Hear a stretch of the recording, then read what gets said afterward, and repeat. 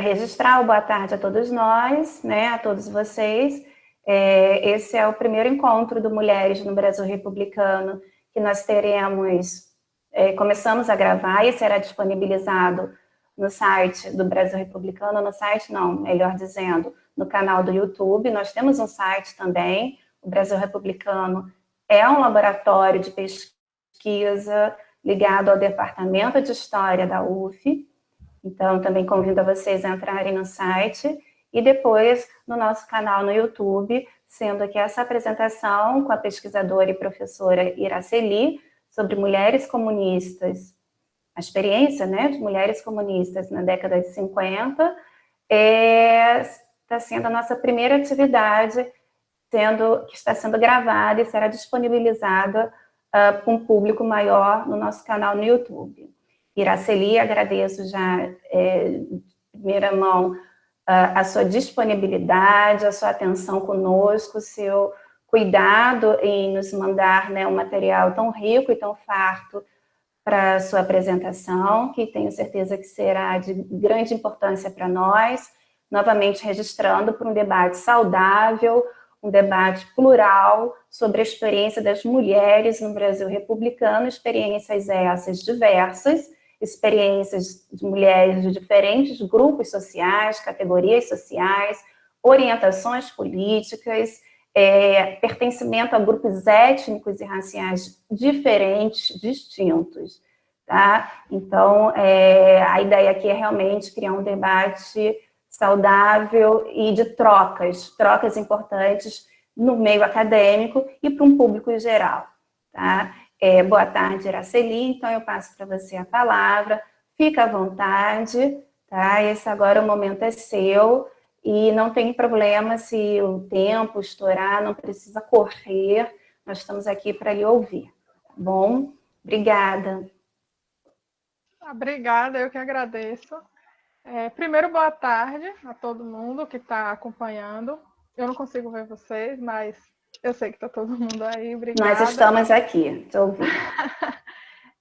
Agradeço muito o convite feito pela professora Carla para participar dessa série de conversas, né, sobre mulheres no Brasil republicano, e é sempre bom compartilhar um pouco das pesquisas e das experiências de mulheres na política, na sociedade, enfim. Então, eu estou muito agradecida e muito feliz em poder participar.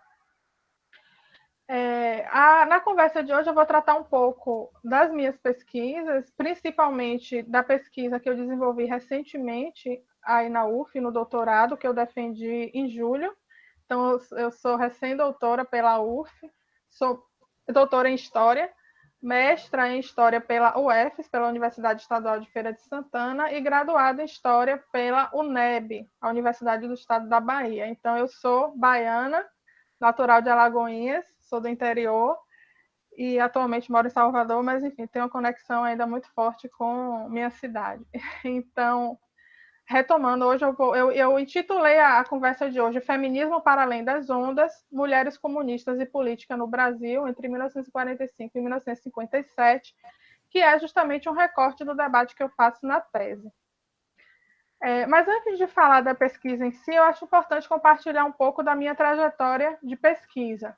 Essa pesquisa sobre mulheres comunistas não começou no doutorado, eu iniciei na graduação, quando ainda estava na graduação, por volta de 2010, quando eu ingressei como bolsista de iniciação científica num projeto maior, que era coordenado pelo professor Dr. Raimundo Nonato Pereira Moreira, que é professor da UNEB, de Alagoinhas, e era um projeto sobre a trajetória de um militante comunista, do Antônio Maciel Bonfim, mais conhecido como Miranda, que entrou para a história como um traidor do partido, digamos.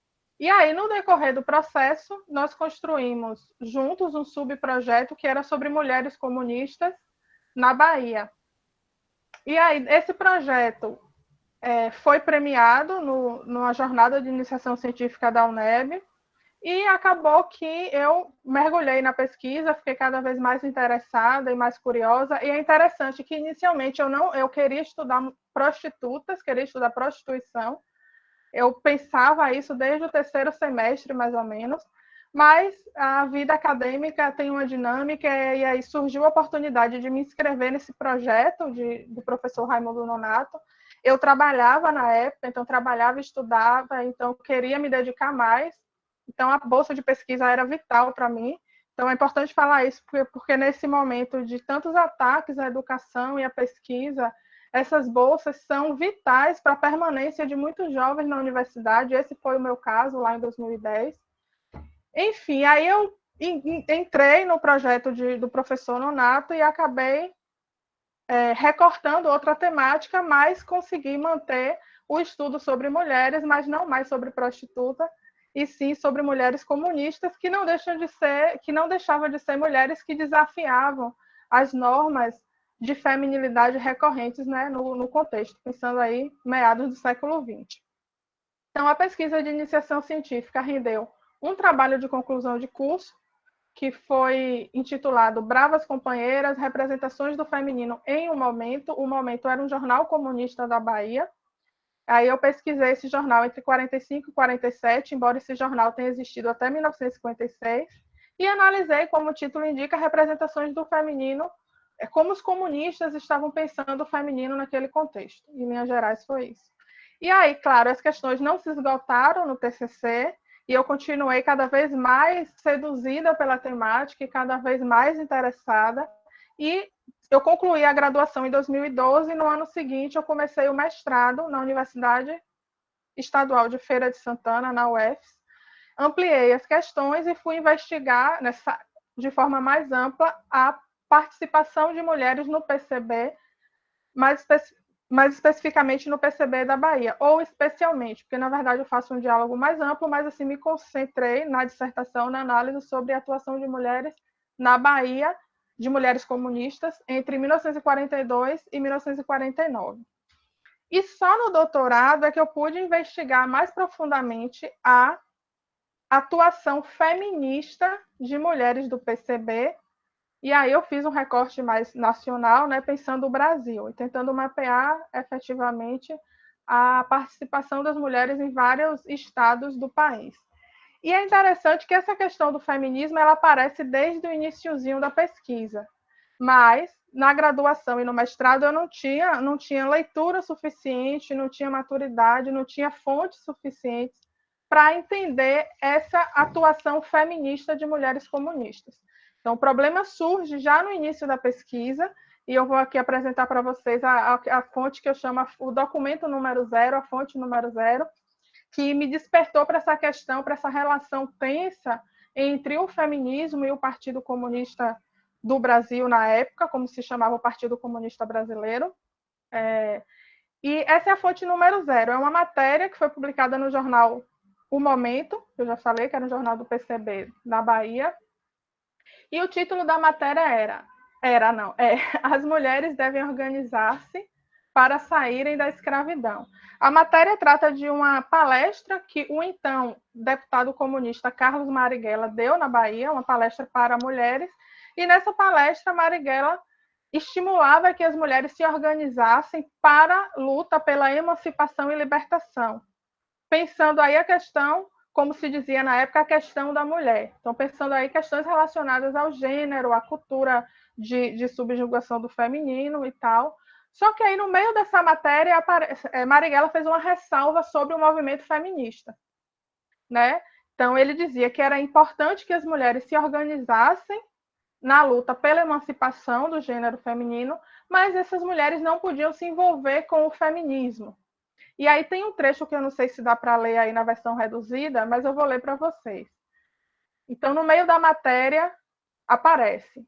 Em seguida, reporta-se, no caso, Marighella se reportou ao falso movimento que se diz disposto a emancipar as mulheres, o feminismo. Taxa esse movimento de mulheres contra homens de reacionário e aponta como o único caminho para uma verdadeira libertação das mulheres o procurar organizarem-se e buscarem o povo nos bairros mais abandonados da cidade. Então, aí aparece uma tensão, né? Uma série de representações sobre o feminismo elaborado por Marighella. Então, o movimento feminista seria um movimento de mulheres contra homens, um movimento reacionário. e que a única luta possível para as mulheres era junto com os movimentos populares. E aí essa questão ficou permeando em minha cabeça durante a graduação, durante a pesquisa de iniciação científica, depois no TCC.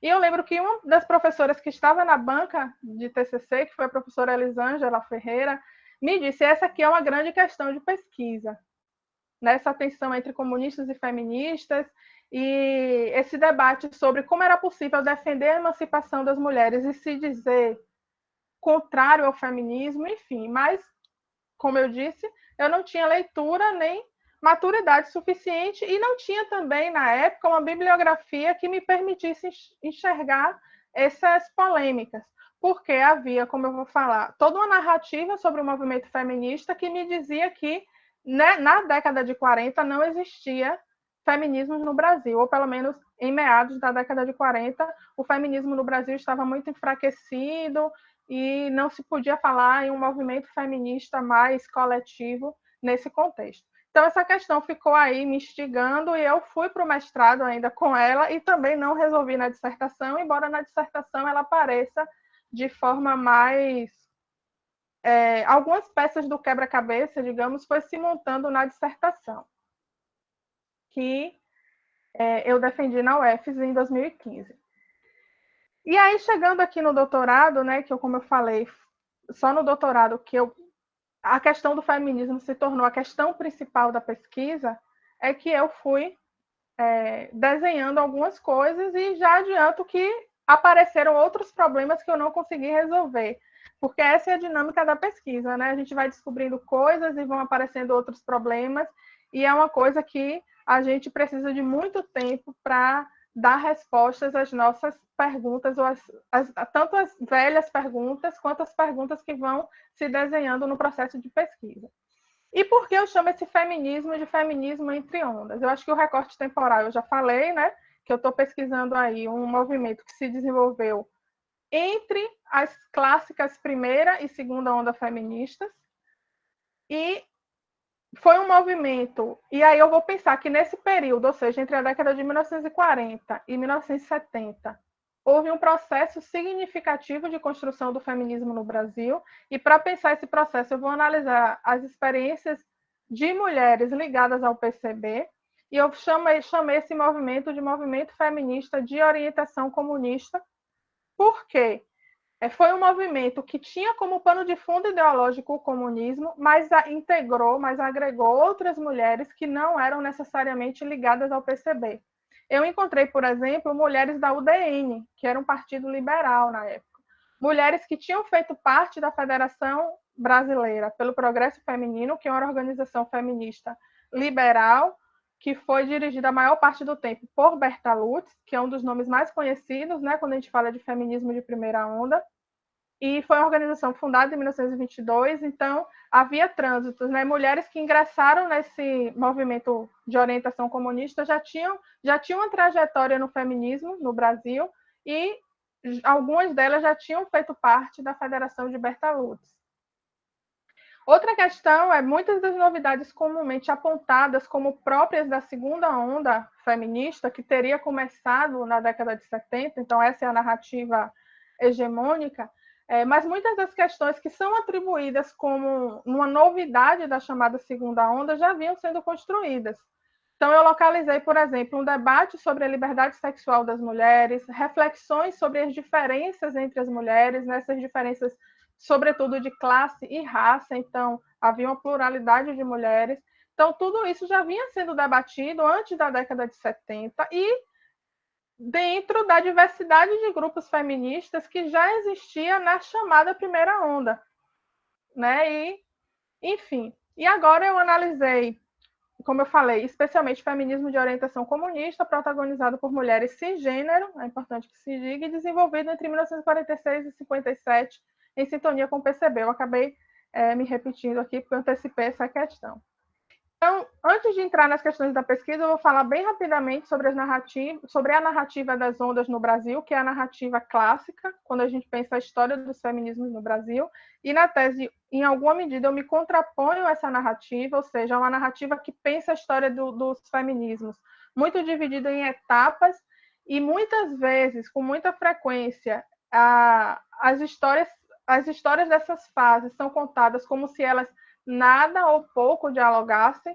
Então, a gente tem uma historiografia sobre a chamada primeira onda, entre aspas, e aí, pensando o movimento feminista enquanto movimento coletivo, a primeira onda teria começado em 1920, justamente com a fundação da Federação Brasileira pelo Progresso Feminino, em 1922, e ido até o iniciozinho da década de 40. A segunda onda, aí depois teríamos o intervalo, supostamente sem feminismos ou com experiências feministas muito pontuais, individualizadas, e aí depois retomaríamos a segunda onda a partir da década de 70. E essa segunda onda iria até mais ou menos a década de 90. Hoje, salvo engano, nós já estamos, pensando essa linearidade, nós já estamos na quarta onda, que, salvo engano, começou entre 2013 e 2014 e está né, até a atualidade.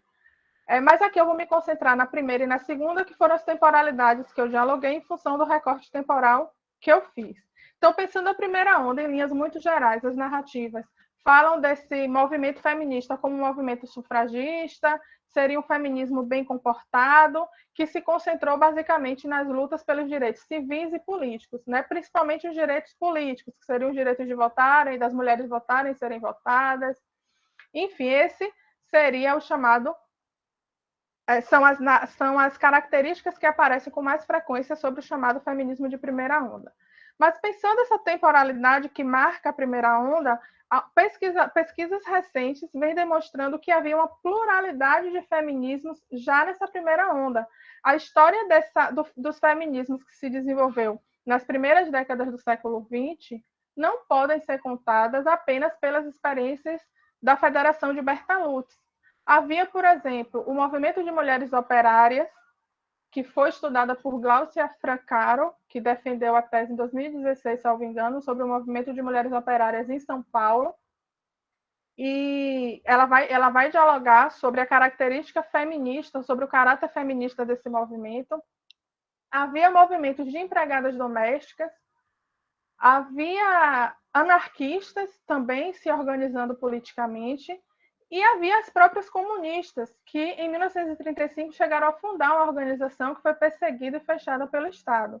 Então havia uma diversidade de movimentos que dialogavam, que brigavam, né, que discutiam, enfim. Havia uma diversidade de grupos alinhados a ideias políticas divergentes. E a segunda onda também a gente vai pensar, voltando aqui para a primeira, desculpe, no entanto, geralmente, como eu já falei, a gente conta a história da primeira onda se concentrando na história da Federação de Bertolucci, que era digamos, feminismo liberal. Quando a gente pensa a segunda onda, também continuava existindo uma diversidade de grupos, no entanto, é uma história que se conta muito a partir das experiências de mulheres de esquerda, né, que enfrentaram a ditadura militar, muitas delas se exilaram, e muitas delas se descobriram feministas no exílio, e essa história é narrada muito a partir dessas experiências. No entanto, na segunda onda, também havia mulheres, as feministas liberais continuavam em atividade. A Federação de Bertolucci, por exemplo, e esse é um ponto pouco estudado, atuou durante toda a ditadura civil-militar, apoiou o golpe civil-militar em 64 e dialogou com o regime. Dialogou de forma amistosa, digamos, negociando por cima, mas pautando demandas feministas. E, além dessa diversidade, dessa necessidade de pensar esses feminismos de forma cada vez mais complexa, é preciso pensar também esse intervalo, ou seja, esse período que vai, né, que está entre as famosas primeira e segunda onda. E foi tentando cobrir um pouco essa lacuna que eu estudei as experiências de mulheres comunistas. E aqui eu trago uma imagem, só para falar rapidamente, aqui são as mulheres comunistas na segunda Conferência Internacional de Mulheres em Budapeste, que foi realizada no final de 1948, e essa matéria foi publicada no jornal Momento Feminino, eu vou falar dele mais adiante, foi publicado no início de 49. Esse movimento que eu estudei esse movimento feminista de orientação comunista tinha uma conexão internacional, estava ligado à Federação Democrática Internacional de Mulheres, a FEDIM, que era uma organização comunista, foi fundada em 1945 e existe até hoje. E aqui elas estavam em um evento organizado pela FEDIM. E como é que esse movimento se organizou? Como eu disse, né, as mulheres comunistas e feministas atuaram em várias frentes, seja na imprensa, fundando organizações e através da literatura. E foi basicamente isso que eu analisei na tese, essas várias frentes e pensando os discursos feministas nesses vários meios. Então, o jornal Momento Feminino, que tinha como subtítulo Um Jornal para o Seu Lar, ele foi fundado em 1947 e apesar desse subtítulo, Um Jornal para o Seu Lar, que nos leva a entender que era mais um jornal daquela imprensa feminista, da imprensa feminina clássica que existia no período, né, que eram jornais para mulheres que discutiam prendas domésticas, corte e costura, receitas culinárias. Então, isso era muito comum no período na imprensa construída para as mulheres e geralmente era uma imprensa construída por homens para mulheres. E a mais famosa no período em que o Momento Feminino foi fundado era o Jornal das Moças. E o jornal Momento Feminino vem com esse subtítulo, né, dizendo ser um jornal para o seu lar, mas tinha como objetivo central fazer uma espécie de formação política de mulheres. E a gente observa, essa imagem aí é a capa da primeira edição, e a gente observa que, em alguma medida, a imagem destoa do subtítulo, porque aparece um jornal para o seu lar, mas na imagem nós vemos mulheres trabalhando, executando atividades domésticas, mas num espaço que aparenta ser a rua. Né? Então, nós vemos aí mulheres diversas. Né? Inclusive, ao fundo, temos duas mulheres aparentemente negras, uma segurando um bebê e a outra atrás segurando um balaio na cabeça. Então, seria uma espécie de trabalhador informal. Uma mulher passando roupa, enfim. Temos uma capa, uma imagem que destoa um pouco do subtítulo, porque mostra as mulheres para além do lar. E o jornal Momento Feminino foi um jornal diverso, discutiu economia, política, relações internacionais e pautou o debate político feminista, né? E é interessante para a gente pensar um pouco dos silêncios que permeiam um pouco essa história das mulheres comunistas, é que esse jornal Momento Feminino ele geralmente é analisado por mulheres que estudam mulheres do PCB. Quando a gente pensa a historiografia do partido, o jornal Momento Feminino pouco aparece como a fonte principal. É como se fosse uma fonte que só interessasse aos estudos sobre mulheres, o que, na minha leitura, é um equívoco. Enfim, mas voltando aqui para o movimento, além do jornal Momento Feminino, elas fundaram organizações, e aí eu vou citar algumas organizações de orientação comunista, eu vou citar apenas as que tinham caráter mais nacional e internacional, mas tinham diversas organizações regionais, organizações de bairro, enfim. E aqui eu vou citar o Instituto Feminino de Serviço Construtivo, que foi fundado em 1946 e existiu até 1949. Como o nome indica, foi uma organização criada para ser efêmera, ou seja, ela foi criada com o objetivo de fundar uma federação de mulheres nacional que conseguisse agregar o maior número possível de organizações de mulheres que existiam no Brasil no período. Em alguma medida, o Instituto Feminino de Serviço Construtivo foi bem sucedido, conseguiu fundar em 1949 a Federação de Mulheres do Brasil, que foi uma federação que existiu até 1965, mas atuou de forma mais dinâmica, com mais visibilidade até 1957, mais ou menos. A Federação de Mulheres do Brasil reunia uma diversidade de organizações de mulheres espalhadas pelo Brasil inteiro. Então, a gente vai encontrar organizações de mulheres do Amazonas, do Ceará, da Bahia, de Minas, enfim, eu não riscaria dizer do Brasil todo, mas de boa parte a Federação de Mulheres do Brasil conseguiu organizar.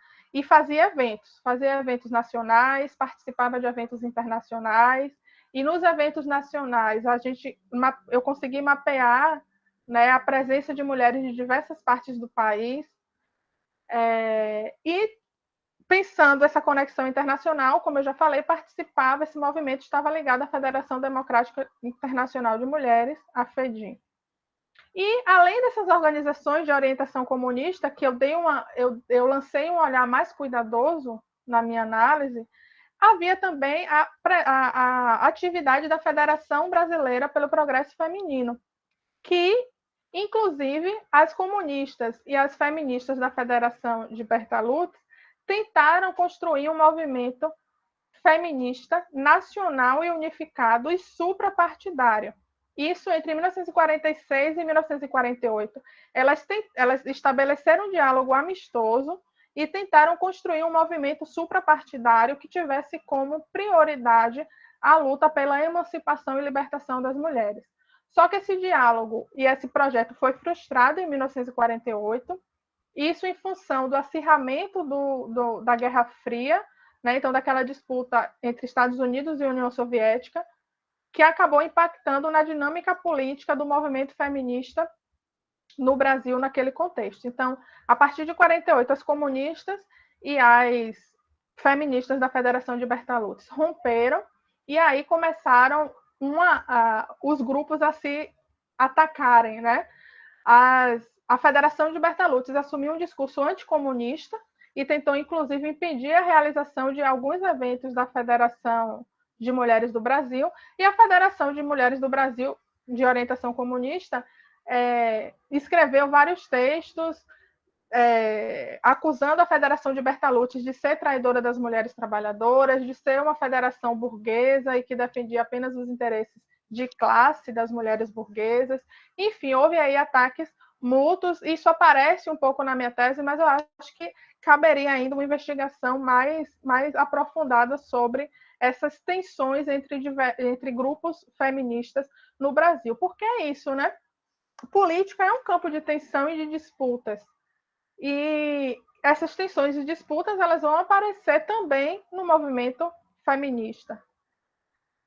E aqui eu vou deixar uma dica de pesquisa, né? Eu tenho essa preocupação em estar, principalmente aqui, que é um diálogo mais direcionado para alunos e alunas de graduação, embora eu sei que tem um público amplo, mas fica aqui uma dica de pesquisa. O acervo da Federação Brasileira pelo Progresso Feminino está quase todo disponível para consulta digital no site do Arquivo Nacional. Na época que eu estava fazendo a pesquisa, não estava ainda, e as funcionárias do arquivo, as responsáveis pelo setor, gentilmente me permitiram pesquisar enquanto eles estavam organizando e digitalizando os acervos, mas hoje já se encontra. Então, boa parte da documentação da Federação Brasileira pelo Progresso Feminino, também conhecida como a Federação de Bertolucci, porque Bertolucci foi quem dirigiu essa federação, foi a fundadora e foi quem dirigiu essa federação durante boa parte de sua existência, está disponível de 1922 até 1985. Então, tem uma diversidade de documentos. Basta acessar o site, que está aqui. Aí você clica em consulta o acervo, depois clica na base de dados, CIAN, pesquisa multinível e, por fim, acessar a base. Quando clicar no acessar a base, vai aparecer essa imagem e vocês vão digitar aqui nessa parte código de referência, basta digitar Q0, que é o código que dá acesso a um portal cheio de documentos. Basta clicar aqui nesse nomezinho vermelho, BRRJ tal, você clica aqui e vai aparecer uma diversidade de documentos que vão, né, desde 1922, que foi quando a federação foi fundada, até 85. E aí aqui mesmo tem a descrição, tem estatutos, livros de atas, todos os livros de atas da federação, relação de filiados, enfim. Tem uma diversidade aí que merece ser analisada.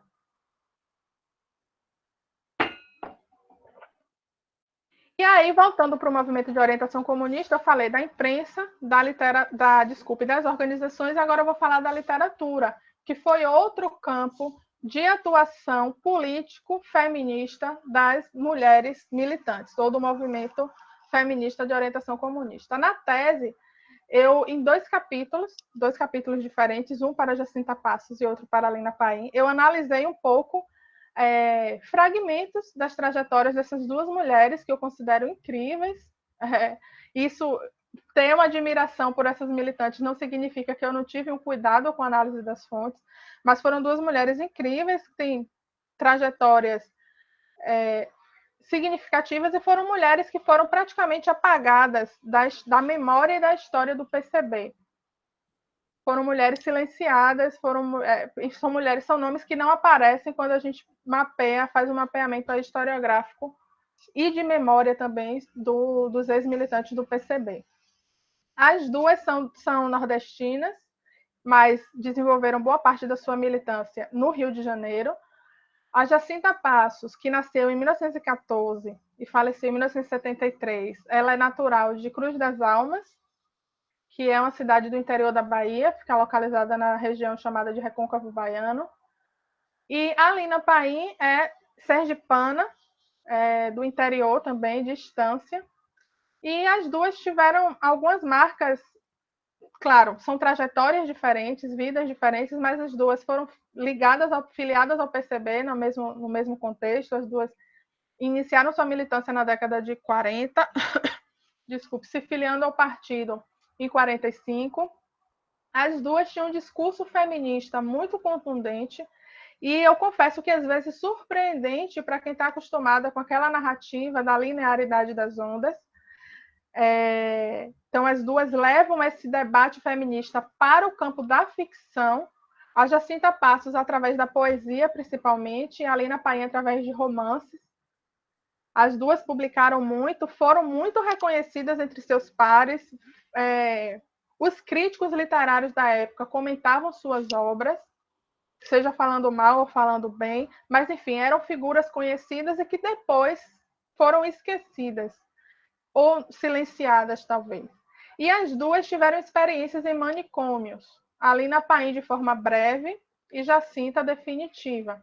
A Lina Paim foi internada no Hospital Psiquiátrico Juliano Moreira, na década de 40, em função de conflitos com familiares, dos quais eu não sei pormenores, mas o fato é que ela foi internada e ficou 3 meses no manicômio.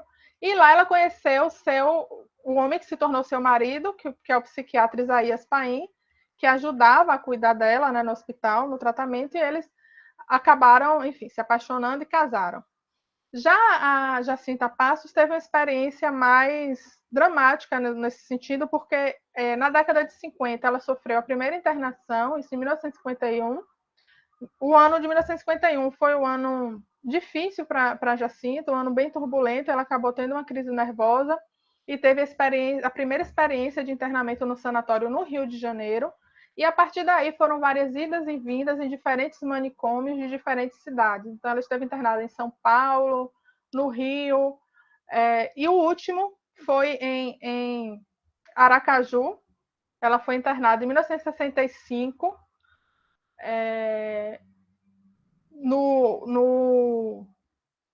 na Casa de Saúde Santa Maria, e de lá não saiu mais, ou melhor, só saiu em 73, quando faleceu, vítima de excesso de choque, provavelmente vítima de excesso de choques elétricos que ela vinha recebendo desde 1951. Esse era um tratamento muito comum na época, né? E para pessoas com problemas psiquiátricos. E aí eu quero abrir um parêntese para a gente refletir sobre essa questão da loucura e desse lugar de mulheres que eram diagnosticadas como loucas, né? Como foi o caso de Jacinta e Alina. Me parece que era um mecanismo muito estratégico de silenciamento e de, enfim, a questão que eu deixo é o que era necessário para que uma mulher fosse considerada louca naquele contexto. Que tipo de comportamento ou de desvios, entre aspas, eram suficientes para que as mulheres fossem consideradas loucas? Enfim, aqui falando um pouco sobre as características do movimento, eu vou falar de forma muito geral.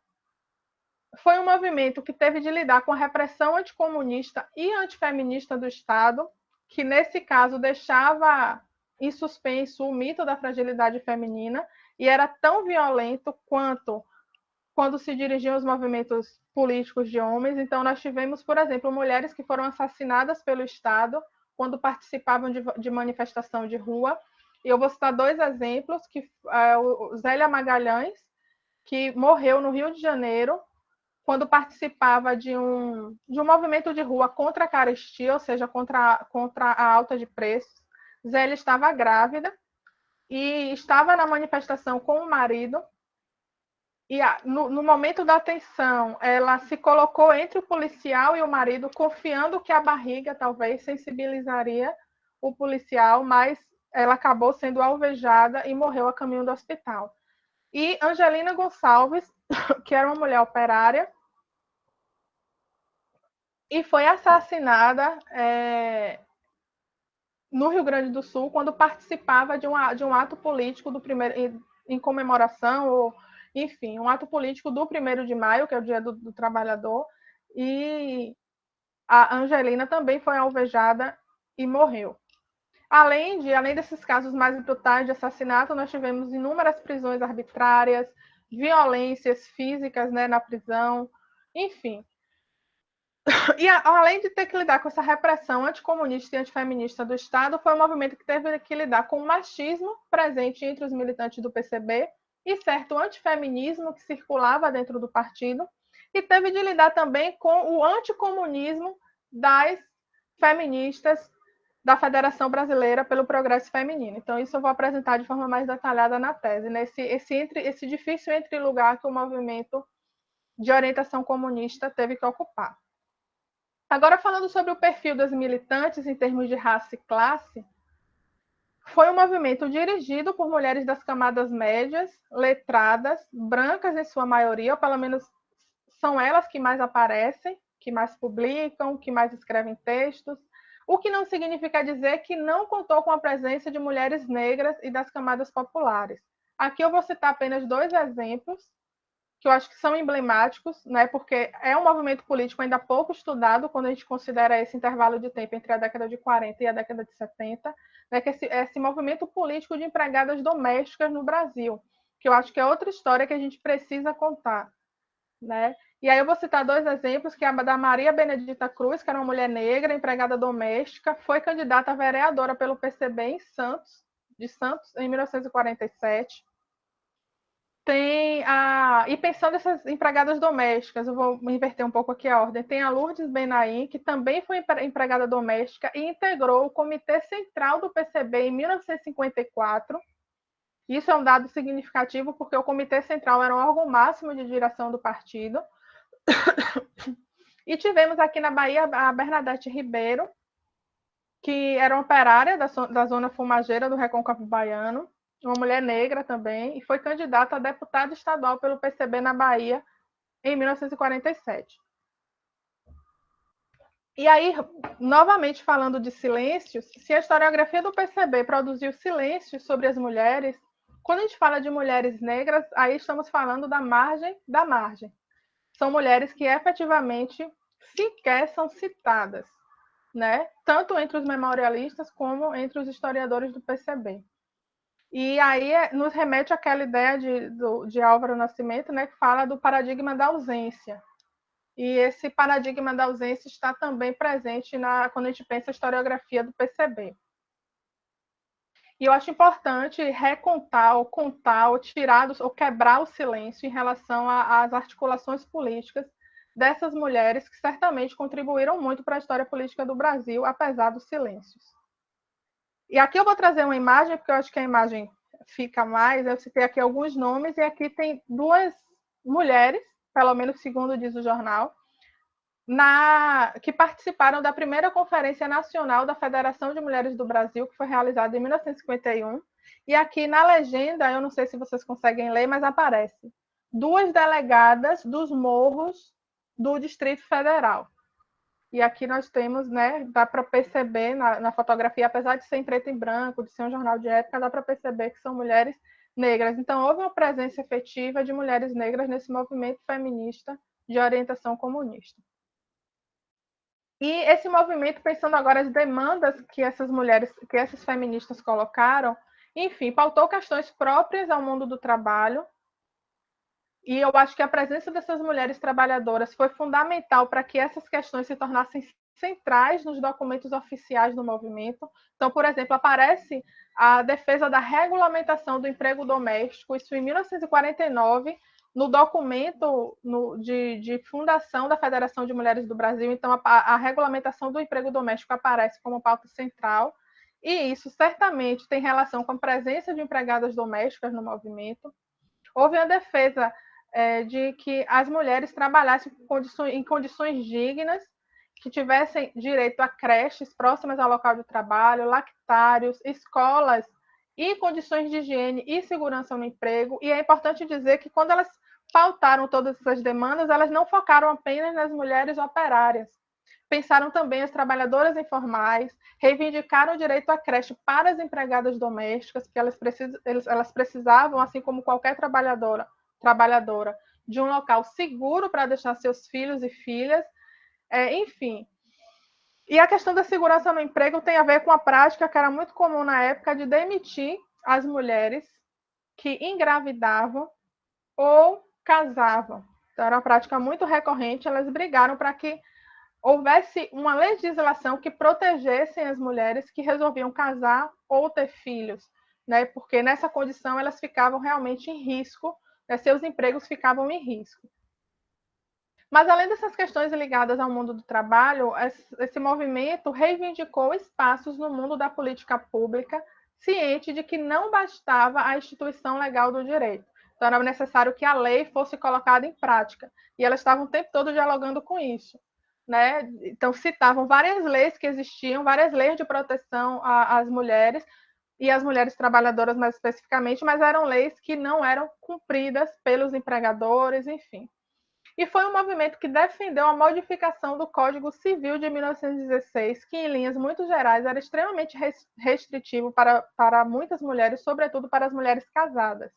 Só a título de exemplo, o Código Civil de 1916, na época, estabelecia que, para trabalhar, as mulheres casadas precisavam de autorização do marido. Para exercer um cargo público, mesmo aqueles eletivos, elas precisavam de autorização do marido.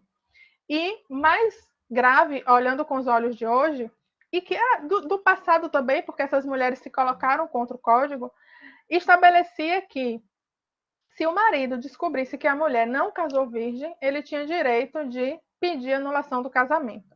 Então, essa é uma das poucas de muitas questões restritivas que apareciam no Código Civil. E, ao longo do século XX e um pouco do XXI, houve um intenso movimento feminista, não apenas este que eu estudei na tese, mas inclusive a Federação de Bertalucci e outros grupos. Houve um intenso movimento feminista que lutou pela modificação do Código Civil de 1916, que veio atravessando uma série de modificações durante o século XX, principalmente a partir de 65, e veio se modificando, e a última modificação foi em 2002, então já no século XXI. E é interessante que foi apenas em 2002 que o pressuposto de que as mulheres tinham que casar virgem, foi apenas em 2002 que ele sai do Código Civil. Nós sabemos que em 2002 essa prerrogativa já estava sendo descumprida na prática com muita frequência, né? Então, digamos, já estava caduca, mas a permanência disso na letra da lei é reflexo, e um triste reflexo, do nosso machismo estrutural. E aí é importante a gente dizer isso, porque foi necessário muita luta para que esse código se modificasse. Esse código extremamente... E às vezes a gente hoje acessa direitos quase como naturais, mas que foram direitos conquistados, e conquistados a duras penas. Então, é outra história que eu acho que a gente precisa de uma narrativa, talvez de média ou longa duração, né? Tentar perceber como é que foi a mudança desse Código Civil, como é que as mulheres se organizaram, os diferentes grupos. Enfim, eu acho que é uma história que eu encontro muito assim, fragmentos. Pode ser que tenha, mas eu não consegui localizar uma história que pense na média duração ou longa duração. Eu encontro fragmentos, que pensa o código na década de 60, ou pensa a lei do divórcio, por exemplo, mas assim, pensar todo esse processo de modificação ao longo do século XX, eu acho que seria uma perspectiva interessante. Esse movimento feminista de orientação comunista pautou a igualdade política, jurídica e social para as mulheres, ou para o gênero feminino, para usar o termo de hoje, né? Na época ainda não existia o conceito de gênero, apesar delas estarem já debatendo gênero, né? Debatendo as diferenças entre homens e mulheres, enfim. Mas eles, apesar de defenderem desse movimento de orientação comunista, defender a igualdade política, jurídica e social para as mulheres, não perdeu de vista que enquanto houvesse desigualdade de classe e raça, né? Aliás, classe e raça no Brasil, a gente não pode esquecer que a classe trabalhadora brasileira ela é preta, então, apesar dessa desigualdade de classe e raça, era necessária uma legislação diferenciada para as mulheres trabalhadoras, ou seja, elas lutavam pela igualdade, mas diziam e defendiam algumas pautas que eram muito importantes para as mulheres trabalhadoras, como, por exemplo, uma menor carga horária de serviço, porque elas consideravam que as mulheres, já que existia uma cultura em que as mulheres se sobrecarregavam no trabalho doméstico, elas precisavam trabalhar menos fora de casa. Defenderam também que as mulheres tinham que se aposentar antes dos homens, em função também desse trabalho doméstico, né? E defenderam que as mulheres, algumas restrições para o trabalho noturno das mulheres, porque as mulheres, elas entendiam que as mulheres estavam mais vulneráveis quando trabalhavam à noite, podiam sofrer com estupros, por exemplo, no caminho, né, de casa para o trabalho. Só que isso não era um ponto consensual dentro do debate feminista no contexto. A Federação Brasileira pelo Progresso Feminino, por exemplo, entendia que essas restrições no plano legal contribuíam para a ampliação da desigualdade entre homens e mulheres e reivindicou que todas essas restrições, digamos, ou essas especificidades para as mulheres fossem tiradas da legislação trabalhista no contexto.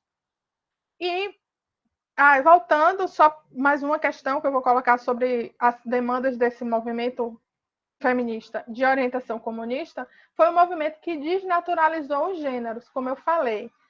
Então, elas problematizaram a naturalização do ser homem e ser mulher. E isso antes da publicação do Segundo Sexo, do famoso Segundo Sexo, em 1949.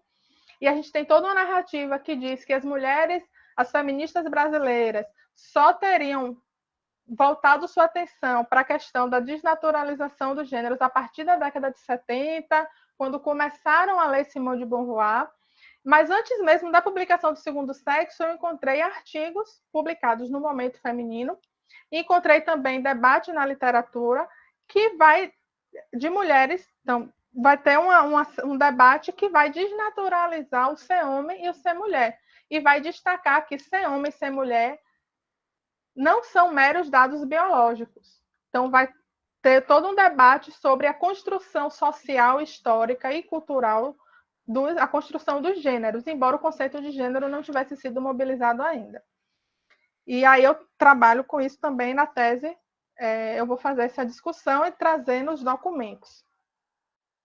E discutiram tudo isso em vários espaços. Como eu já falei, no jornal Momento Feminino, eu trouxe aqui 2 exemplos muito emblemáticos para mim, que foi a coluna Direitos da Mulher, que durante a maior parte do tempo, foi assinada por Nice Figueiredo. Era uma coluna que debatia direitos da mulher, como diz o título, mas ia além. Ia discutir toda essa questão social e cultural do ser mulher. Então, Nice, por exemplo, vai ser uma voz muito forte em defesa da retirada do princípio da virgindade feminina, digamos, do Código Civil de 1916. Então, Nice vai questionar uma série de fatores históricos, culturais, que deixavam as mulheres em desvantagem. Então, era uma coluna que ia além desse debate jurídico, né? Ou melhor, partia desse debate jurídico tentando falar de forma didática sobre leis, mas, ao mesmo tempo, discutindo cultura e sociedade. Em resumo, é isso. E a coluna Nosso Amor, Nossa Vida foi outro exemplo muito emblemático para mim, porque foi uma tentativa, não, foi uma prática daquela ideia de que o pessoal é político. O pessoal é político foi um slogan do movimento feminista da década de 70, né? Muito conhecido, essa ideia da politização da vida privada. Isso já acontecia na década de 40 e 50. A coluna Nosso Amor, Nossa Vida é um exemplo muito emblemático. Em linhas muito gerais, era uma coluna em que as mulheres trocavam cartas falando sobre seus dilemas e problemas cotidianos. E nessas cartas, a intenção não era só trocar experiências, era perceber a dimensão coletiva do problema, era tornar político, levar para o debate político público essa dimensão da vida privada das mulheres. E foi uma coluna muito atacada. E como é que eu percebi isso? Pela própria publicação dos textos em que as mulheres defendiam a permanência da existência de Nosso Amor, Nossa Vida. E elas defendiam usando o discurso de que ali era um espaço para debate político, que ali não era um espaço para trocas sentimentais, como frequentemente aparecia nas acusações, que ali era um espaço para a construção de um debate coletivo sobre a existência sobre as existências e as experiências de mulheres. Então, eu achei isso muito interessante. E aí, digamos, seria uma antecipação, que não é bem uma antecipação, dessa demanda de que o privado é político, de que o pessoal é político. Esse debate todo feminista foi feito em diversos eventos regionais, nacionais e internacionais, e aqui eu trago alguns que foram, todas essas matérias foram publicadas em Momento Feminino. E na literatura, eu já estou caminhando para o final, que eu já estou vendo aqui que meu tempo está quase estourando, mas eu acho esses dois exemplos bem emblemáticos. Eu retomo um pedaço, um fragmento, pequenos fragmentos, na verdade, de um debate que foi mais extenso, feito por Jacinta Passos e Alina Paim. Eu trouxe um poema de Jacinta que foi publicado em 1944, e aí eu vou ler rapidinho e comento. E depois eu vou dialogar também com a Alina Paim, que eu acho que é outro fragmento muito interessante de uma série de debates feministas que aparece na literatura dessas duas mulheres. Então, esse poema Canção Simples, de Alina Paim, publicado em 44, ela dizia: a flor caída no rio, que leva para onde quer. Sabia disso e caiu. Seu destino é ser mulher. Leva tudo e segue em frente. Amor de homem é tufão, o de mulher é semente que o vento enterrou no chão. Mulher que tudo já deu, homem que tudo tomou. É mulher que se perdeu, é homem que conquistou. Mulher virgem condição, para homem dar nobre gesto. Resto de uma divisão, se a divisão deixou o resto. No sangue, a honra é lavada, de homem que mulher engana. Mulher que vive enganada, coitado, fraqueza humana. A flor caída no rio, que leva para onde quer. Sabia disso e caiu. Seu destino é ser mulher. Esse poema ele diz muito da própria experiência de Jacinta Passos e faz uma crítica aí, não sei se ficou visível para todo mundo, porque a arte tem um pouco de... vai tocar de forma diferente as pessoas, mas eu acho que fica muito visível a crítica ao duplo padrão moral sexual da época, né? E que sobrevive em alguma medida. A Jacinta escreveu esse poema depois de ter tido a primeira experiência sexual antes do casamento, então a Jacinta Passos não casou virgem, e ela foi refletir um pouco aí sobre o peso social que as mulheres que desafiavam as normas sexuais do período, o peso que elas carregavam, né, os estigmas. Então, ela vai comparando as mesmas práticas feitas por homens e mulheres e como eram julgadas de formas diferentes, isso em função do gênero. Então, ela faz uma crítica aí ao que a gente chama de duplo padrão moral sexual. E aqui eu trouxe um trecho de um romance de Alina Paim, o romance Simão Dias, que foi publicado em 1949 e que traz, digamos, uma espécie de resumo sobre o debate feminista no contexto, que é muito comum quando a gente fala do feminismo antes da década de 70, a ideia de que foi um movimento que pautou muito a questão da independência econômica como questão prioritária e a única o único meio de libertação das mulheres. E que só depois é que foram problematizar isso. E aí, quando a gente vai para as fontes e vai pensar outras possibilidades, a gente vai ver que não era bem assim. Então, eu vou trazer eu acho que esse texto de Alina Paim é muito emblemático nesse sentido. No texto, a narradora diz: no último período da escola normal, discutira muito com as colegas sobre a liberdade da mulher. Naquela época, seus planos de independência reduziam-se à luta econômica, à posse do dinheiro, algumas vezes avançava também no domínio intelectual, procurando ter percepção lúcida de problemas humanos. Com surpresa, Luísa, que era a personagem do romance, certificara-se que vencer nos terrenos econômicos e intelectual não constituía tudo para a mulher. Falta muito para que seja inteiramente livre, senhora de seu destino. Para quebrar cadeias, fora sacudida pelo sofrimento, atirada no espaço ao sabor de conflitos, ferira e ensanguentara as mãos. Pela primeira vez, experimentara a independência. Tinha consciência de liberdade agora que rompera com a escravidão afetiva. Abandonara as lentes falsas herdadas da mãe Carolina, partira a continuidade de submissão mantida pelas mulheres da família através de gerações. Escolher o caminho, dirigia o voo mesmo contra o vento. Era livre e, sem apoio, começava a conhecer segurança, compreendia que ela estava dentro de si mesma, nascia da confiança nas próprias forças. Poderia viver em Simão Dias, em qualquer parte do mundo, e permanecer independente, mantendo a liberdade conquistada. Então, acho que a Lina Paim traz um elemento muito interessante, que é pensar, e ela vai fazer isso de forma ficcional, né? Trazendo histórias ficcionais, mas ela vai pensar essa dimensão da dependência afetiva, que continua sendo tão debatida hoje. Então, ela vai dizer que não basta ter independência econômica, não basta ter acesso à educação formal, se as mulheres não conseguirem se emancipar afetivamente, ou seja, se as mulheres continuarem sendo ensinadas que precisam ter um marido, ou um pai, ou um homem governando suas vidas. Então, esse vai ser uma temática muito presente, não só em Simão Dias, mas em outros romances de Alina Paim.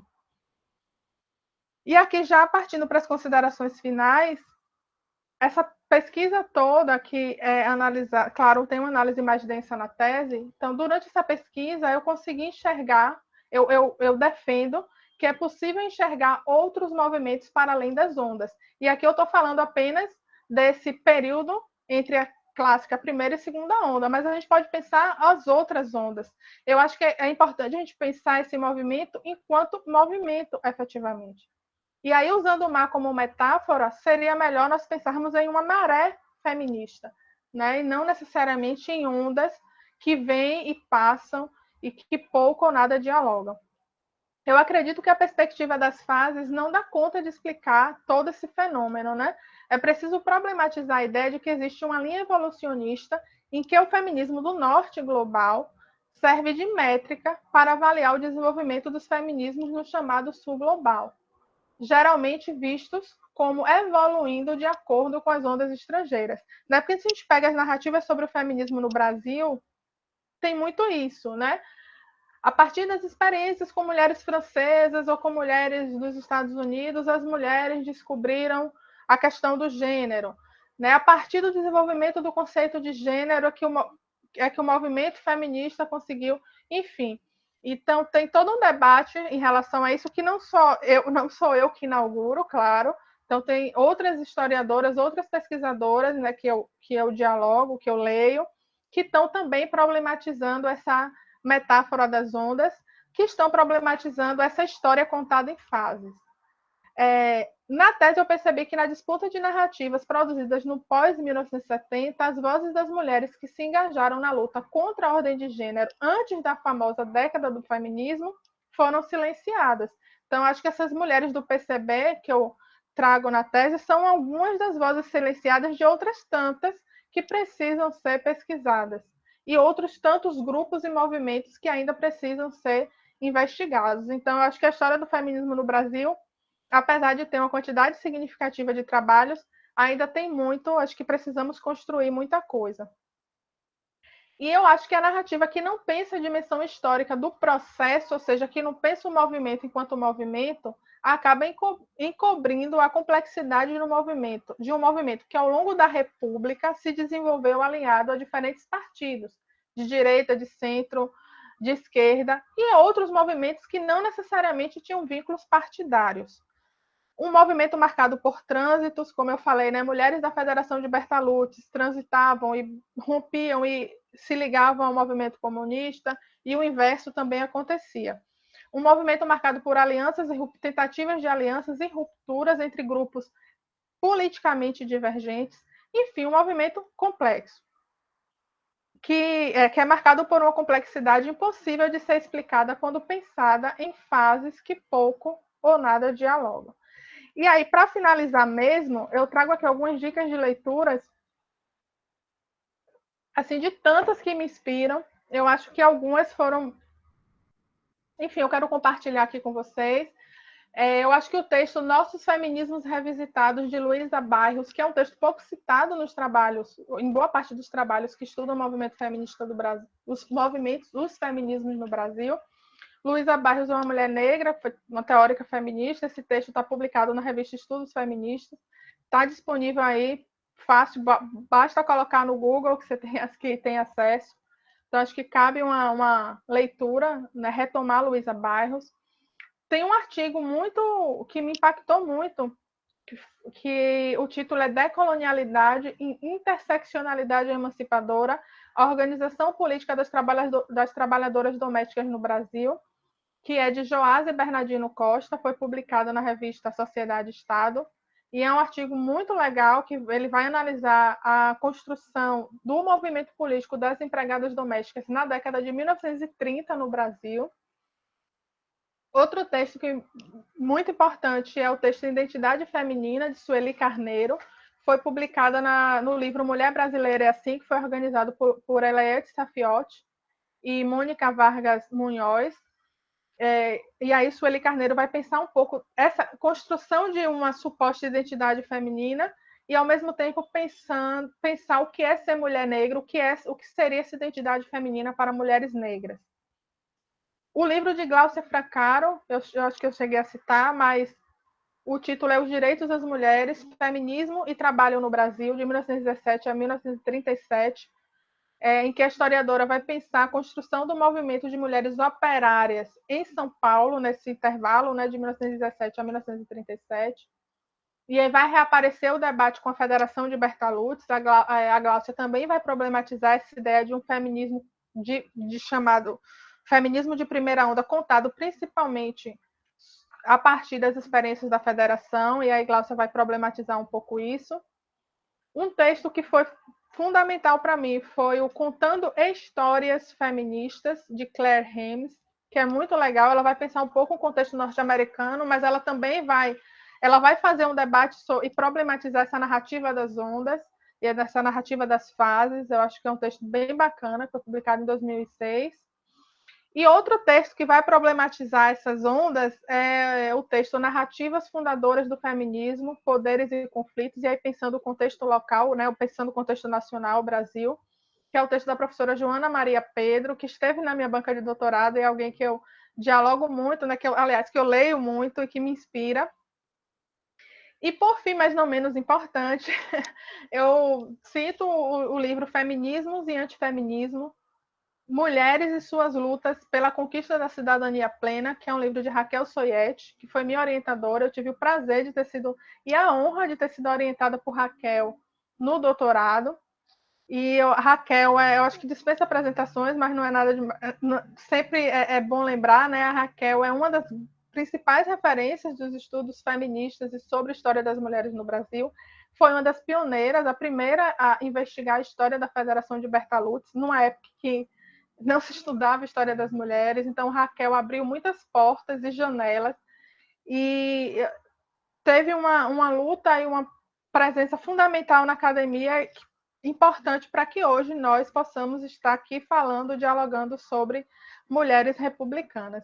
Então, sempre que eu posso, eu gosto de registrar esse agradecimento a Raquel, não só pela orientação no doutorado, mas por tudo que ela fez para a historiografia no Brasil. Enfim, é isso. Eu agradeço novamente o convite, agradeço novamente a professora Carla, que fez essa mediação, e muito obrigada a todos e todas que estão aqui, e todos que estão aqui assistindo.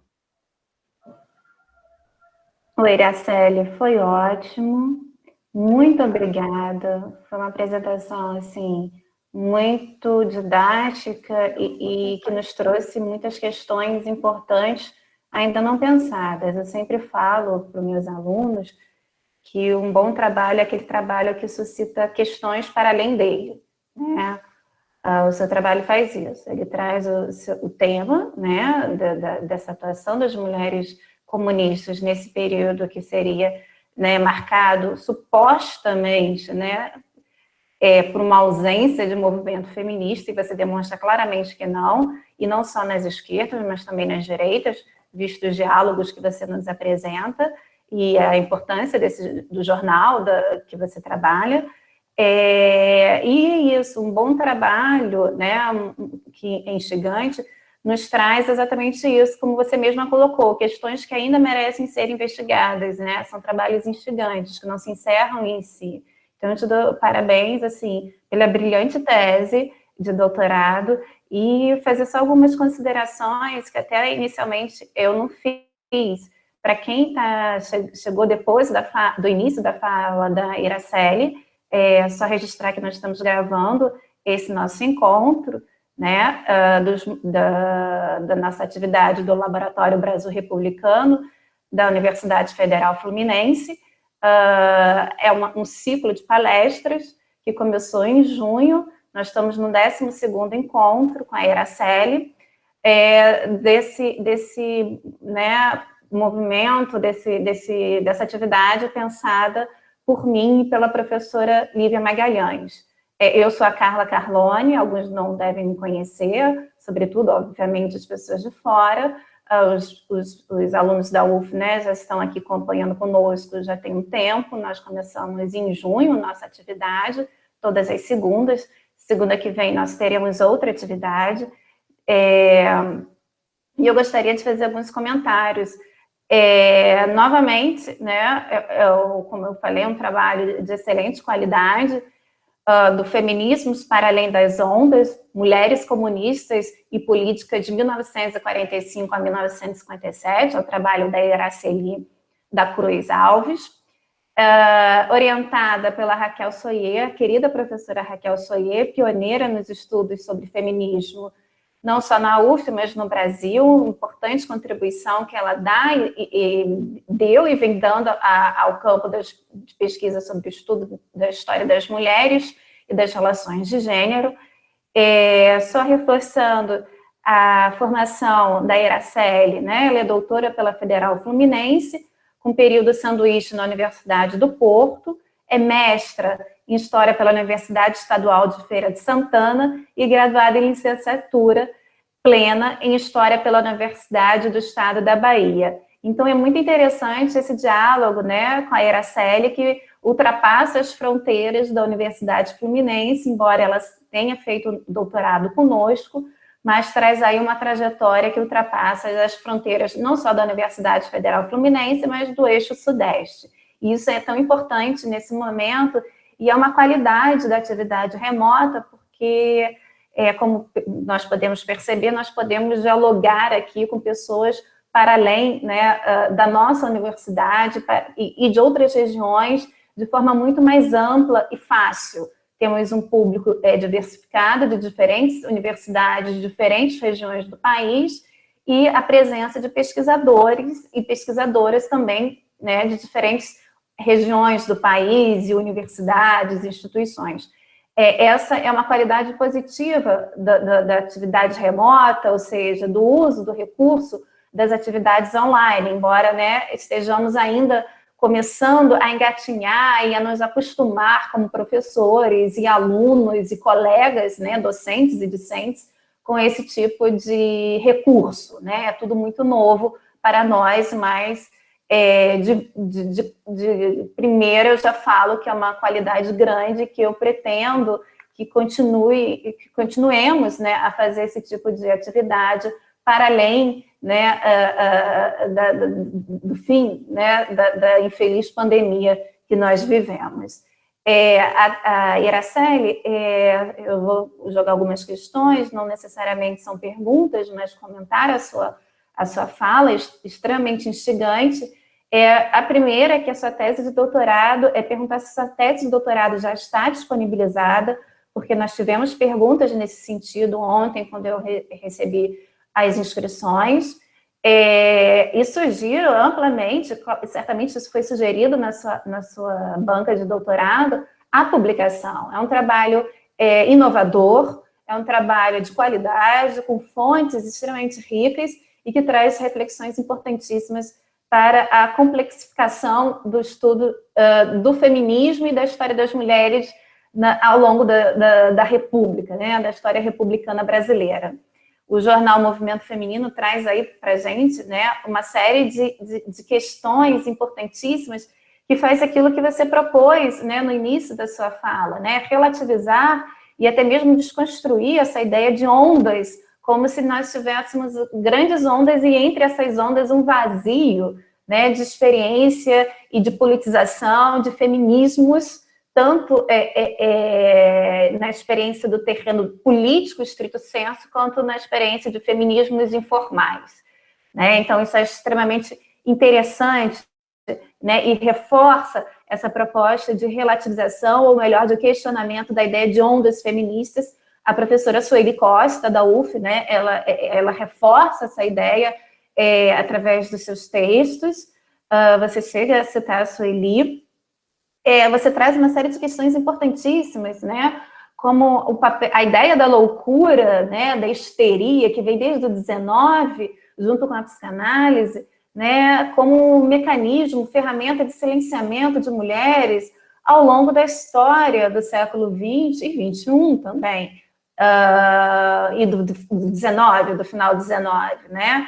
Me fez lembrar também como mulheres que adentraram a luta armada ao longo do regime militar, foram confinadas em manicômios e diagnosticadas, né, por médicos, né, por pessoas representantes da área médica, como sendo acometidas por algum tipo de desvio psicológico, mental, algum tipo de doença também, não só desvio, mas de doença, o que ajudou no silenciamento e no processo de tortura dessas mulheres, né? Tem mulheres que têm a trajetória bastante conhecidas, que para além da prisão vivenciaram a experiência traumatizante e violentíssima do manicômio, e também, né, colocando aqui em pauta como esses manicômios eram pensados até então como lugares eram pensados e atuavam como lugares de verdadeira tortura e não de tratamento. Já só adiantando, nós teremos na próxima semana a fala de uma professora que é especialista nesse tema, embora ela não vá abordar diretamente a questão da loucura, mas ela tem publicações nesse sentido, pesquisa nesse sentido, que é a professora Magali Engel, né? A professora Magali Engel foi professora da UF por muito tempo e seguiu uma trajetória extremamente rica na pesquisa sobre história das mulheres no Brasil, e também uma das pioneiras na UF a respeito desse campo de pesquisa. Então, no dia 24 de agosto, nós teremos a pesquisa dela, que é o atual projeto do CNPq, que se chama Intelectuais, Sociabilidades, Relações de Gênero e Protagonismos Femininos, de 1870 a 1930, que é um trabalho que dialoga praticamente com todos os trabalhos que nós colocamos aqui, com o próprio trabalho da Iraceli, que é trazer à tona essas experiências de mulheres intelectuais que produzem não só livros, mas estão escrevendo nos diferentes meios de comunicação, sobretudo na imprensa, e são pouquíssimo conhecidas, né, do público como um todo e do próprio meio acadêmico. Outra questão que eu acho extremamente importante do seu trabalho, são várias, mas que eu destaco aqui, é como esses temas que vão ser colocados como sendo pauta somente do feminismo, do movimento feminista na década de 70, são adiantados, entre aspas, né, mas já estão presentes no movimento comunista feminino, né, no jornal que você trabalha, o jornal Momento Feminino, de forma assim, bastante difusa, a questão de gênero, a questão da produção intelectual, a questão da literatura, a questão da relação entre o público e o privado, né? Então, a multiplicidade de temas que já estão presentes como bandeiras importantes, para além só de pensar, como que é extremamente importante pensar o mundo do trabalho, a experiência do trabalho, mas também para além, né, da experiência do trabalho. A experiência do trabalho, quando comentada por você, me parece ter uma questão muito central, e aí me lembra a pesquisa da professora Lívia Magalhães, que nos assiste, e que é responsável, junto comigo, pela organização desse evento, que é a questão da maternidade, que é uma questão central, que atravessa a história das mulheres, o desafio de ser mulher, né? Como trabalhar e ser mãe, né? E cuidar dos seus filhos ao mesmo tempo. Esse é um desafio que ainda, infelizmente, não está superado, pelo contrário, é um desafio presente até hoje e que ainda merece ser mais estudado e ter um olhar do Estado de forma muito mais ampla, né? A maternidade não é algo privado, pessoal, individual da mulher, é uma questão social, né? Embora tenhamos falas no sentido contrário. E é uma questão latente e urgente hoje. Para além disso, também comento, né, como a questão da presença, né, como eu já falei, das mulheres intelectuais, das mulheres letradas, que aí levanta outra pauta de discussão importantíssima, né, para além da regulamentação do trabalho, e a questão de como a historiografia brasileira, e aí falando da historiografia do PCB, de forma, né, estrita, ela negligenciou e negligencia ainda hoje a história dessas mulheres, né? Se há já uma negligência, né, das esquerdas, não só do PCB, mas das esquerdas como um todo, na experiência da ditadura civil-militar brasileira, na experiência não só da luta armada, mas das múltiplas organizações de esquerda, nós temos aí levantado para você essa ausência, esse silenciamento dessas mulheres que estão atuando no PCB e de forma autônoma. Elas não são somente suportes ou fazem ecoar as ideias e ações e atuações do partido de cima para baixo e de uma organização predominantemente masculina. Elas estão pensando o lugar do feminino, estão pensando o lugar das mulheres e como sujeitas autônomas, de pensamento autônomo e que constroem a sua história. Então, extremamente importante essa questão levantada pela sua tese de doutorado.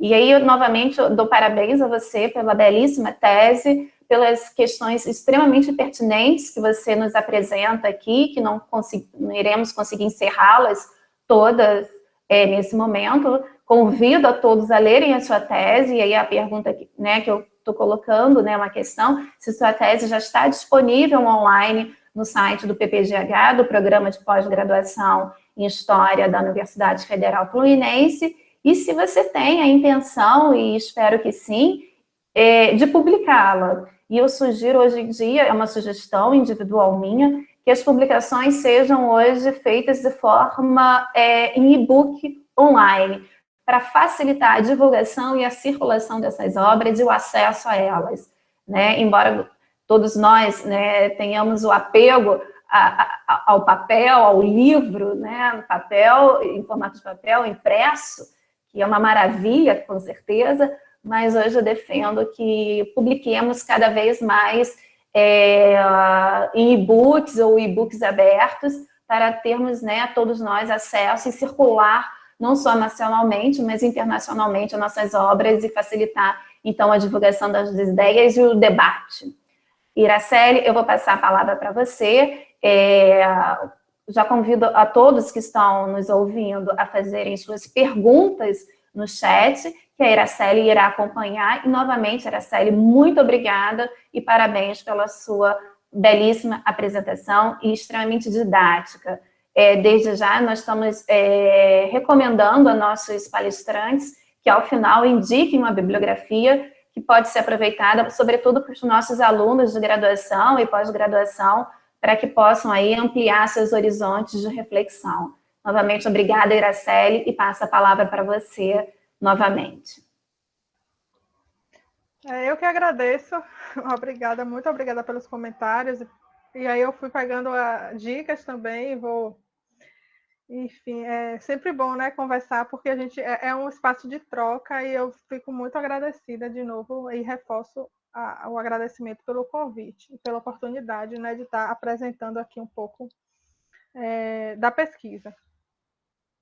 Eu vi aqui que tem umas perguntas no chat, eu acompanhei aqui, registrei algumas, e aí eu vou responder. Mas antes eu vou fazer alguns comentários rápidos, bem rápidos mesmo, sobre o que você falou, a experiência da tortura, por exemplo, e dessa relação, e como isso esteve presente na ditadura civil-militar. A Jacinta Passos, em 65, porque na apresentação a gente vai atropelando algumas coisas, o último internamento dela foi em 65. Antes dela de ser presa no manicômio, ela foi presa e submetida a interrogatórios em Sergipe, porque ela estava fazendo pichação com palavras de ordem.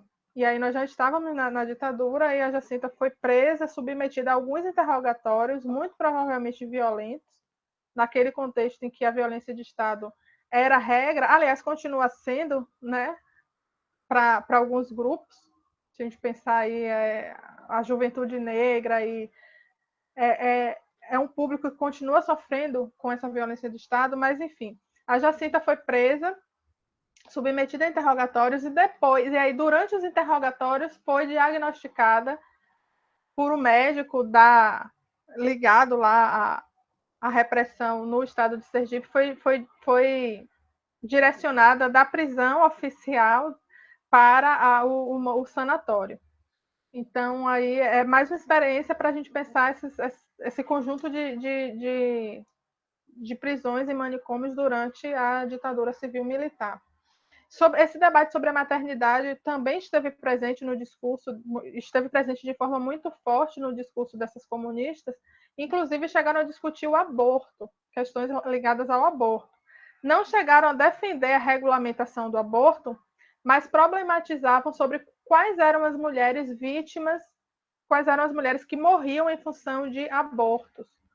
E aí problematizavam, né, toda essa questão da classe, de como era necessário que o Estado construísse alternativas de maternidade para que as mulheres não precisassem mais abortar, enfim, mas foi algo que esteve no debate político dessas mulheres.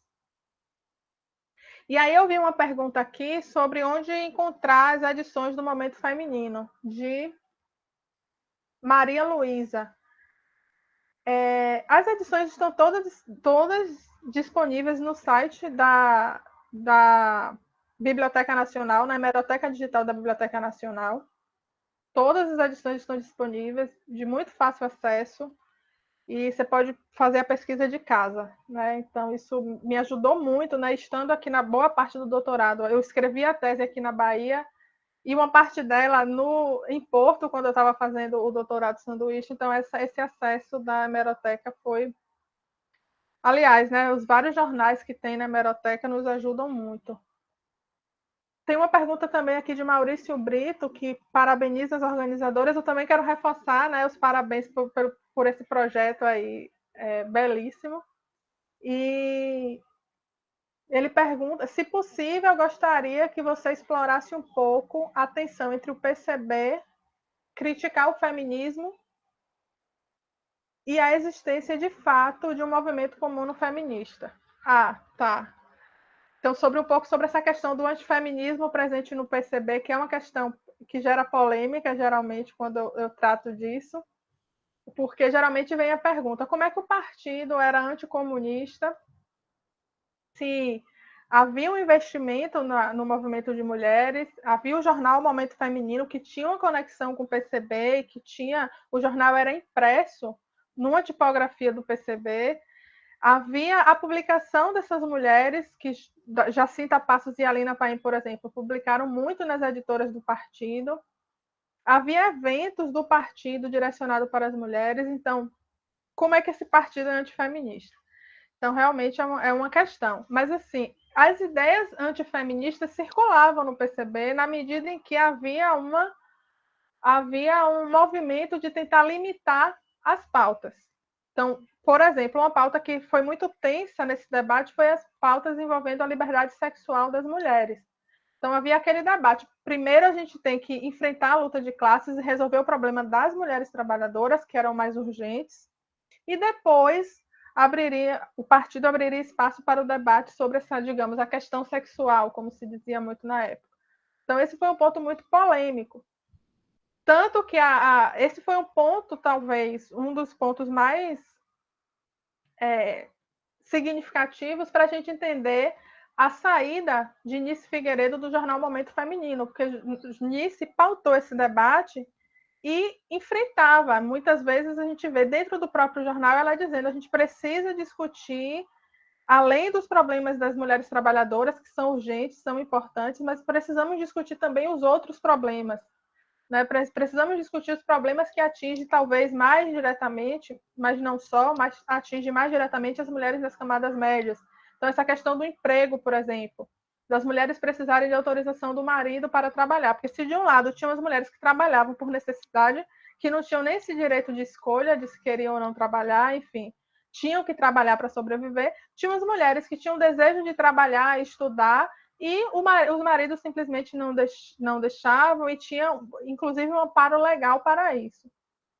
E então teve toda essa polêmica e houve dentro dessas tensões uma tentativa de cerceamento do debate feminista por parte dessas mulheres mais ousadas, entre aspas, ou que estavam mais dispostas a debater essas questões ligadas a gênero, à liberdade sexual das mulheres, enfim. E sobre esse movimento comum feminista. Eu acho que houve, apesar dessa tensão, houve, e eu acho que a literatura de Alina Paim e Jacinta Passo são exemplos, o próprio jornal Momento Feminino, de que houve um debate comum feminista muito intenso, e houve homens também mais, digamos, mais simpáticos a essas mulheres feministas. Então foi um movimento tenso, marcado por polêmicas. E aqui eu faço uma divulgação. Eu recentemente gravei um podcast para a Rede Humanas, que eu discuto melhor essas questões, inclusive fazendo a conexão com o presente, né? Um pouco de como essas tensões ainda estão presentes dentro das esquerdas no presente.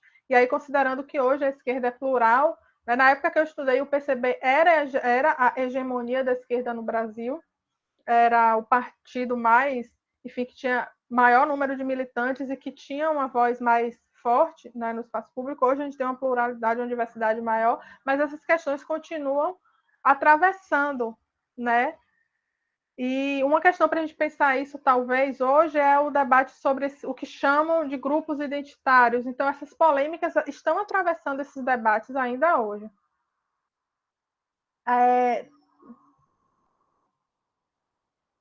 Sim, sobre a tese, foi a primeira questão. A tese não, eu enviei já para o e-mail do programa para que seja disponibilizada na página, mas eu disponibilizei uma versão naquele site Academia Edu, que é uma espécie de rede social acadêmica. Então, eu fiz um cadastro, eu tenho um perfil lá e disponibilizei a tese no Academia Edu para as pessoas acessarem. Sobre a publicação, eu tenho interesse, sim, é um desejo publicar a tese, a banca recomendou para publicação, e aí eu esperar, né? Não sei, a dinâmica a pandemia passar, para ver esses os editais que são lançados pela editora, pelas editoras, para eu trabalhar com essa ideia de publicação. Agora, deixa eu ver se tem mais alguma.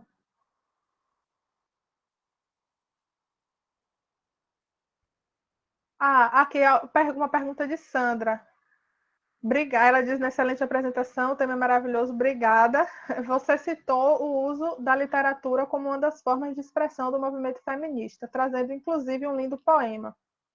Além da literatura, foi possível localizar a atuação do movimento feminista em outras formas de expressão artística também, como música ou teatro ou artes plásticas? Ótima pergunta. Eu não localizei, o que não significa que não tem. A Anice Figueiredo, por exemplo, que foi essa colunista de Momento Feminino e era uma advogada feminista, ela atuou em peças teatrais, que eu consegui localizar no Momento Feminino. É possível, né, que tenha tido um movimento para além da literatura. Agora, na tese, eu estudei somente a literatura e somente a trajetória o fragmento de trajetória dessas duas militantes, que foi a Jacinta e a Lina Paim. Mas tem outras mulheres. Eu localizei outros nomes de mulheres que publicaram romances, que escreveram poemas. No próprio jornal Momento Feminino tinha um espaço, uma seção para a publicação de poemas. Eu acho que uma olhada no Momento Feminino, com esse olhar mais direcionado, talvez ajude a encontrar outras possibilidades, né, artísticas, de expressões artísticas, como música, teatro e artes plásticas. Artes plásticas tinha um grupo de mulheres e homens também que construíam a arte do Momento Feminino, assim, e aparecem alguns nomes. Eu acho que talvez o jornal ofereça algumas pistas que eu agora realmente não sei dizer. Deixa eu ver se eu...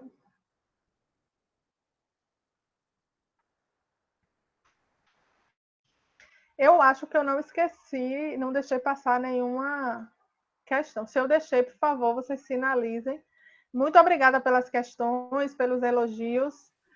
Eu fico muito feliz, de verdade, em poder compartilhar as experiências de pesquisa e aprender também com os comentários e as perguntas. Obrigada. Obrigada, Iraceli. Tem mais uma perguntinha no final, da Maria Luísa. Se você puxar, ela está falando do perfil dos assinantes. Ah, sim. Aí seria o lugar da recepção, né? Eu não consegui localizar o perfil. Eu pensei, né? Quem lia o jornal? Eu fui tentando mapear isso pela tiragem. Era um jornal relativamente pequeno, né? Sei lá, com 10 mil. A tiragem assim, no meio chegou a 10 mil exemplares. Elas construíram uma política de circulação para além do Rio de Janeiro, porque era um jornal, digamos, feito no Rio, mas que circulava nacionalmente. Sobre quem lia, eu levanto a hipótese de que quem lia era efetivamente militantes ou simpatizantes do PCB, ou mulheres ligadas ou interessadas nesse debate feminista, ou interessadas em política. Esse jornal chegou a circular entre a Federação de Bertalucci. Bertalucci chega a fazer alguns comentários sobre a importância do momento feminino e fazer uma defesa da permanência do jornal. Mas, assim, localizar quem eram os assinantes, eu realmente não fiz, não sei. Aliás, nem sei como eu poderia fazê-lo. Seria uma boa troca aí para a gente pensar como é que a gente localiza os assinantes. A gente localiza o preço da assinatura, o valor do jornal, mas, assim, quem assinava mesmo, eu não infelizmente, não sei responder.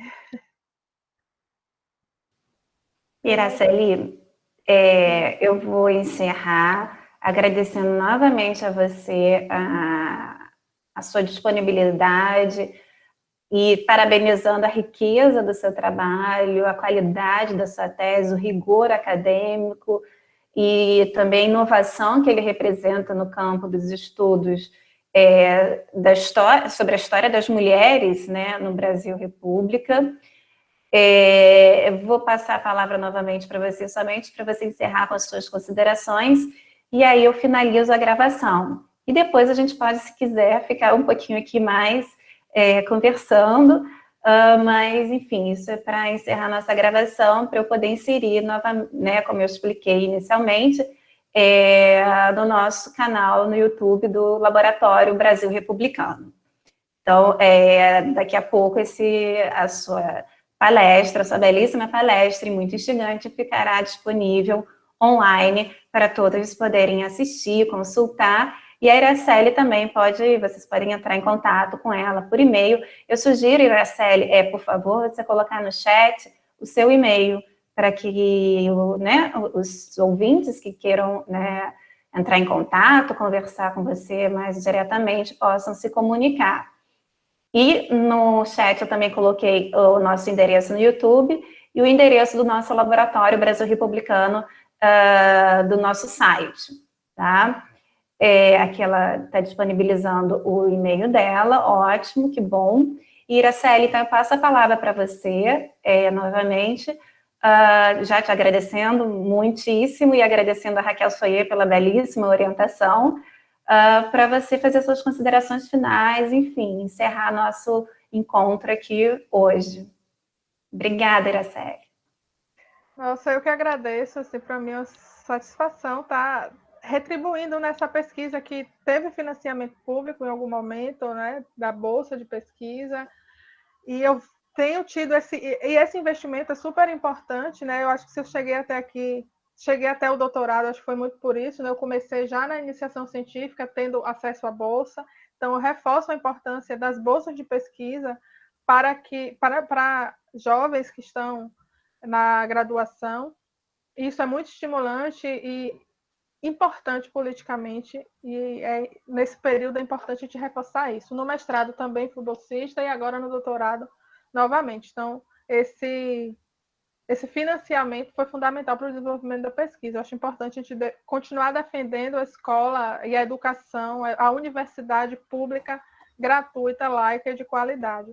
E iniciativas como essa do Brasil Republicano, eu acho que reforçam a importância da universidade, essa possibilidade, né, de um diálogo. Se a gente perde um pouco do calor, da presença, esse diálogo virtual acaba sendo importante para uma certa democratização do ensino, embora a gente saiba que o acesso à internet, esses recursos ainda não são universais, mas ainda assim eu acho que é importante a gente reforçar a importância, e eu parabenizo também a iniciativa de vocês, de você, da professora Carla e da professora Lívia, né, com esse projeto maravilhoso, que eu vou acompanhar, inclusive.